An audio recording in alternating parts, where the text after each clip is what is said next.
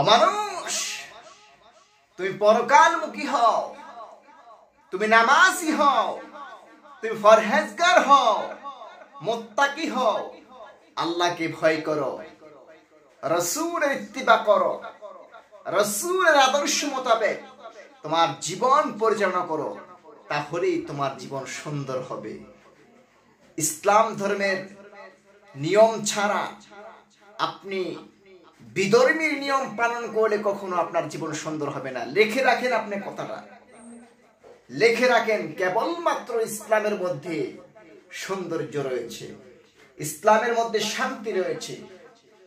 আল্লাহ রাব্বুল আলামিন বলছেন, ইন্নাদ-দীনা ইনদাল্লাহিল ইসলাম, নিশ্চয়ই ইসলাম হচ্ছে আমি আল্লাহর নিকট মনোনীত ধর্ম, পরিপূর্ণ জীবন ব্যবস্থা। পৃথিবীর কোন ধর্মের মধ্যে এরকম শান্তি নেই, এরকম মুক্তির কথা নেই। কেবলমাত্র ইসলামে আল্লাহ রাব্বুল আলামিন শান্তি দিয়েছেন, মুক্তির ব্যবস্থা করেছেন। তার কারণ কি? ইসলাম হচ্ছে না আল্লাহর ধর্ম, আল্লাহর মনোনীত ধর্ম। সুতরাং দিন হিসেবে, পরিপূর্ণ জীবন বিধান হিসেবে, জীবনের সকল সমস্যার সমাধান হিসেবে আপনি ফলো করুন ইসলামকে, কোরআনকে, নবীজির হাদিসকে, নবীজির সুন্নাহকে, নবীজির গোটা জিন্দেগিতে আপনি যদি ফলো করতে পারেন, তাহলে আপনার দুনিয়াতে আপনার শান্তি হবে, আর পরকালে আল্লাহ রাব্বুল আলামিন পরম শান্তির স্থান, পরম সুখের জায়গা জান্নাতুল ফেরদাউস দান করবেন। উচ্চ কণ্ঠে বলেন ঠিক কিনা? আমরা কে না চাই আমাদেরকে আল্লাহ রাব্বুল আলামিন সর্বোচ্চ মাকাম জান্নাতুল ফেরদাউস দান করুক। মুসলমান জান্নাতুল ফেরদাউস পেতে হলে পরিশ্রম করা দরকার আছে কিনা বলেন? সদা সর্বদা সত্য কথা বলতে হবে, সঠিক পথে চলতে হবে, হক হালাল ছাঁটাই করে বাছাই করে জীবন পরিচালনা করতে হবে। জীবনের প্রত্যেকটা মুহূর্ত আপনাকে নেক আমলের মধ্য দিয়ে কাটাই দিতে হবে। প্রত্যেকটা মুহূর্তে আল্লাহ রাব্বুল আলামিনের তাসবিহ তাহমিদ পাঠ করতে হবে, জিকির আজকার করতে হবে। আপনি কি বলেন? শুধু জিকির আজকার বলতে কি বোঝেন আপনারা? কি বোঝেন আপনারা? সুবহানাল্লাহ, আলহামদুলিল্লাহ, আল্লাহু আকবার, এগুলো শুধু জিকির? এছাড়াও কি জিকির আছে কি নাই? আমার বন্ধুরা, শুধু এগুলোর মধ্যে সীমাবদ্ধ নয়। আপনি যদি আল্লাহ এবং আল্লাহ রাসূলের ইত্তিবা করার পাশাপাশি পুরাটা জিন্দেগি যদি আপনি কোরআন সুন্নাহর নিয়ম অনুযায়ী পরিচালনা করেন, সাংসারিক জীবন থেকে শুরু করে রাষ্ট্রীয় জীবন পর্যন্ত, আপনি যেই অবস্থানে থাকেন না কেন, আপনার সাংসারিক জীবন থেকে শুরু করে ফ্যামিলিগত জীবন থেকে শুরু করে সব কিছুতে যে আপনি প্রত্যেকটা মুহূর্তে ব্যয় করতেছেন, সময় ব্যয় করতেছেন, সেগুলো যদি ইসলামের নিয়ম অনুসারে হয়, কোরআন সুন্নাহর নিয়ম অনুসারে হয়, জেনে রাখবেন প্রত্যেকটা নিয়ম কানুন কোরআন সুন্নাহর অনুসারী হলে প্রত্যেকটা নিয়ম কানুনের মধ্যে আপনার ইবাদত রয়েছে। এইজন্য আল্লাহ রাব্বুল আলামিন বলেন, ফাকুরুনি আযকুরকুম ওয়াশকুরুলি ওয়ালা তাকফুরুন। বান্দা, তুমি যদি আমি আল্লাহ পাকের জিকির করো, স্মরণ করো, আমি আল্লাহ পাক তোমার স্মরণ করব। পৃথিবীতে কে এমন আছে আল্লাহ রাব্বুল আলামিন, মানুষ আল্লাহ পাক রাব্বুল আলামিনের ইবাদত করেন, আল্লাহ পাক মানুষের ইবাদত করেন না? ঠিক কিনা?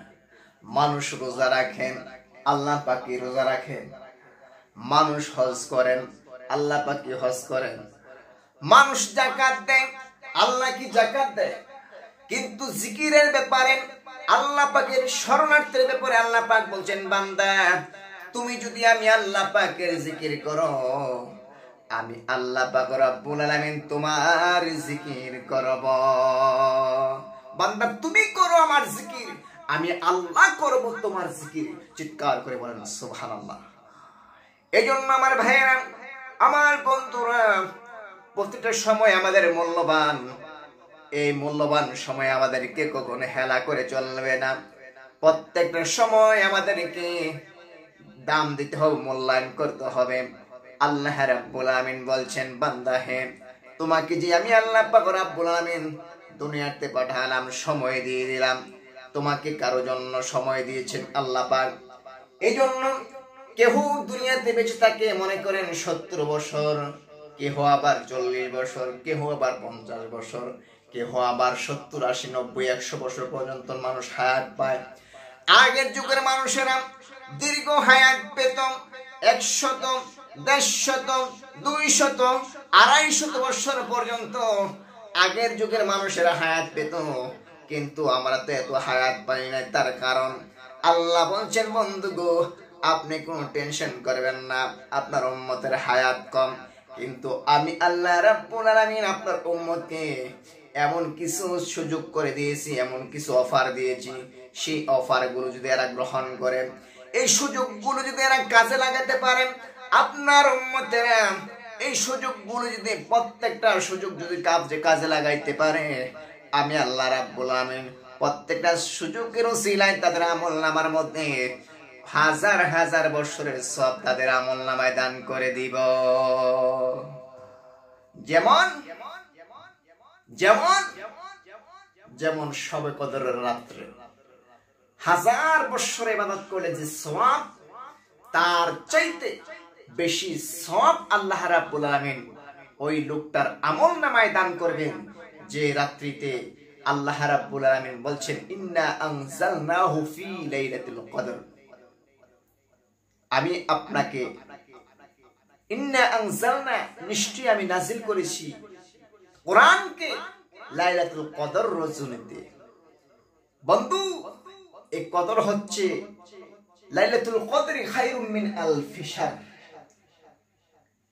1000 মাস ইবাদত করে যে সওয়াব, এর চাইতে বেশি সওয়াব আমি আল্লাহ পাক রব্বুল আলামিন ওই রাত্রিতে ইবাদতকারীর আমলনামায় দান করে দেব। সুতরাং আল্লাহ রাব্বুল আলামিন এমন কিছু রাত্রি দিয়েছেন, যেমন মেরাজের রাত্রি, ইবাদত করতে পারে আল্লাহ রাব্বুল আলামিন তার আমলনামায় অনেক অনেক সওয়াব দান করবেন।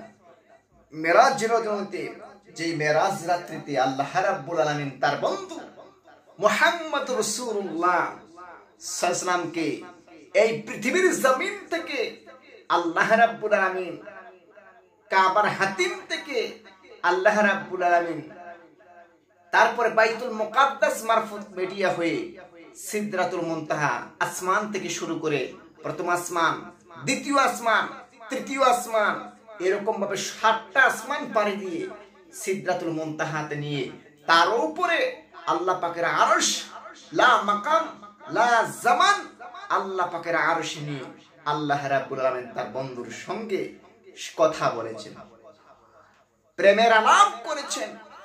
কত মজার, কত গোপন কথা হয়েছে। সেদিন আল্লাহ রাব্বুল আলামিন তার বন্ধুকে নিয়েছিলেন। ওই রাত্রির গুরুত্ব অনেক বেশি।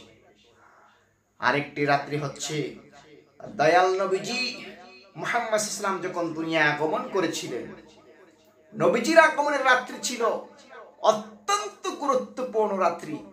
যে রাত্রি আল্লাহর মাহবুব বান্দাগণ বলছেন যে কদরের রাত্রি চেয়ে আরো মর্যাদাপূর্ণ রাত্রি। সুবহানাল্লাহি বিহামদিহি, সুবহানাল্লাহিল আযীম। সুতরাং সেই রাত্রিতে বেশি বেশি ইবাদত করতে হবে। আল্লাহকে রাজি খুশি করতে হলে, আল্লাহকে স্মরণ করতে হলে, বলছিলাম যে আল্লাহ রাব্বুল আলামিন ইচ্ছে করলে আমাদেরকে বিনা হিসেবে জান্নাত দিতে পারেন।